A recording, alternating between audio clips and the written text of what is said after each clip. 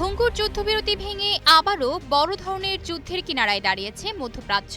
রাত আনুমানিক ৩টায় কুয়েত এবং বাহরাইনে অবস্থিত যুক্তরাষ্ট্রের অন্তত ৮টি সামরিক ঘাঁটিতে একযোগে ক্ষেপণাস্ত্র ও ড্রোন হামলা চালিয়েছে ইরানের Islamic Revolutionary Guard Corps IRGC. মাত্র ১ ঘণ্টার এই অভিযানে মার্কিন স্থাপনাগুলো ব্যাপক ক্ষয়ক্ষতির মুখে পড়েছে বলে দাবি করেছে তেহরান। আইআরজিসির পক্ষ থেকে জানানো হয়েছে, এই আকস্মিক অভিযানের প্রধান লক্ষ্য ছিল কুয়েতের আলী আল সালেম এয়ারবেস এবং বাহরাইনে অবস্থিত মার্কিন নৌবাহিনীর 5th ফ্লিটের সদর দপ্তর।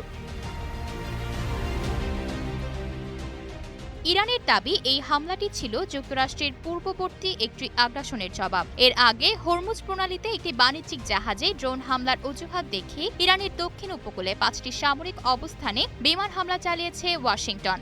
তেহরানের মতে যুক্তরাষ্ট্রের সেই পদক্ষেপ ছিল ইসলামাবাদ সমঝোতা স্মারক এবং যুদ্ধবিরতি চুক্তির প্রকাশ্য লঙ্ঘন। ইরান স্পষ্ট জানিয়ে দিয়েছে যে এই সমঝোতা লঙ্ঘিত হলে সব ধরনের কূটনৈতিক প্রক্রিয়া বন্ধ হয়ে যেতে পারে।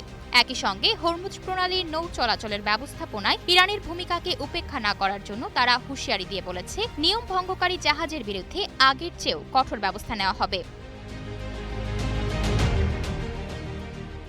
হামলার পরপরই কুয়েতের সামরিক বাহিনী তাদের আকাশ প্রতিরক্ষা ব্যবস্থা সক্রিয় করে তোলে এবং বাহরাইনে জরুরি সতর্কতা সাইরেন বাজিয়ে বাসিন্দাদের দ্রুত নিরাপদ আশ্রয়ে যাওয়ার নির্দেশ দেওয়া হয়। এদিকে মার্কিন প্রেসিডেন্ট ডোনাল্ড ট্রাম্প এই ঘটনার তীব্র নিন্দা জানিয়ে কঠোর হুঁশিয়ারি দিয়েছেন। তিনি বলেন, ইরান যদি যুদ্ধবিরতি লঙ্ঘন অব্যাহত রাখে তবে যুক্তরাষ্ট্র আরও বড় ধরনের সামরিক পদক্ষেপ নিতে বিন্দুমাত্র পিছপা হবে না।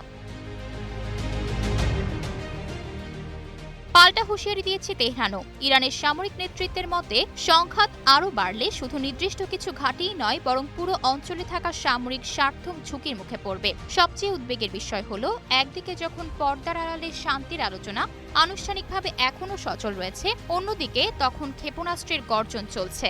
বিশ্বের সবচেয়ে গুরুত্বপূর্ণ জ্বালানি করিডোর হরমুজ প্রণালীর উপর চলমান এই উত্তেজনা যেকোনো মুহূর্তে একটি পূর্ণাঙ্গ যুদ্ধের রূপ নিতে পারে বলে আশঙ্কা করছেন বিশেষজ্ঞরা। আয়শা অর্থী, নিউজ ডেস্ক, গ্লোবাল টেলিভিশন।